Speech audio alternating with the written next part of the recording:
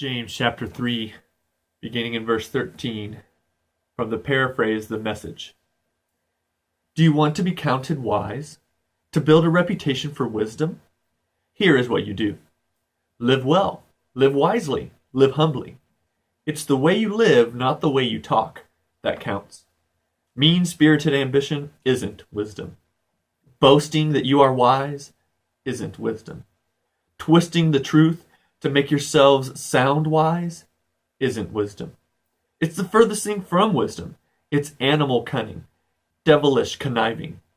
Whenever you're trying to look better than others or get the better of others, things fall apart and everyone ends up at the other's throat. Real wisdom, God's wisdom, begins with a holy life and is characterized by getting along with others. It is gentle and reasonable, overflowing with mercy and blessings, not hot one day and cold the next, not two-faced.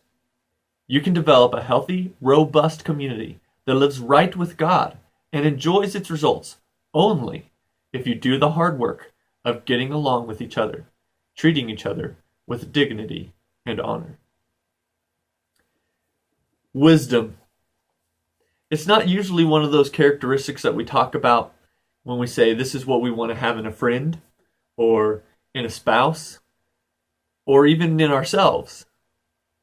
But when you read about wisdom in the Bible, wisdom seems to be a really important characteristic to someone trying to live a godly life. And James, as we looked at yesterday in class, talks about wisdom as being this thing that we should seek after. Talks about wisdom as being something that's characterized by humility, characterized by lifting others up and getting along with others, showing mercy, being gentle. It's not characterized by being brash and putting yourself up above others and using whatever knowledge you have to shame someone else. But it's about community building. It's about living with one another in such a way that your life speaks wisdom as much or more than your words do. And so we seek to be wise, and that wisdom begins with a knowledge of God. We can put ourselves in a humble position, in a place with a good perspective to be caring of others, when we put ourselves in a place of understanding who God is and who we are in His sight. We really are nothing without God. We really have nothing without God. And it is God who puts us in positions to be something, to make a real difference, to have an impact on this world that will last. There's a song by Toby Mac, and he says, I'd be building my kingdom just to watch it fade. And that's what we're doing when we seek after ourselves, when we try to build ourselves up with this bravado and we boast about what we know and we twist the truth to make ourselves sound wise. We're just building our kingdoms to watch them fade. That's me without you, Toby Mac says. But us with God is the beginning of wisdom and living in a way that people will look at us and say, now that's a wise person.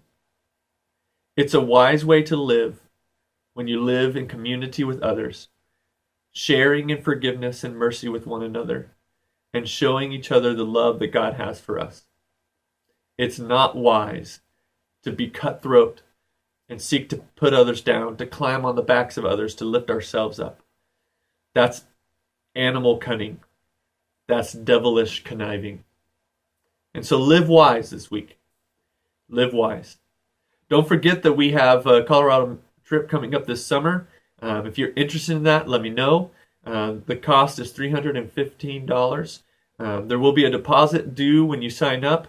So if you're interested in going, start saving a few bucks here and there. We'll have a deadline coming soon for our Colorado trip this summer. Hope you can join us also this Wednesday night. Don't forget about the dinner at 5 o'clock, and classes begin at 6 p.m. See you then.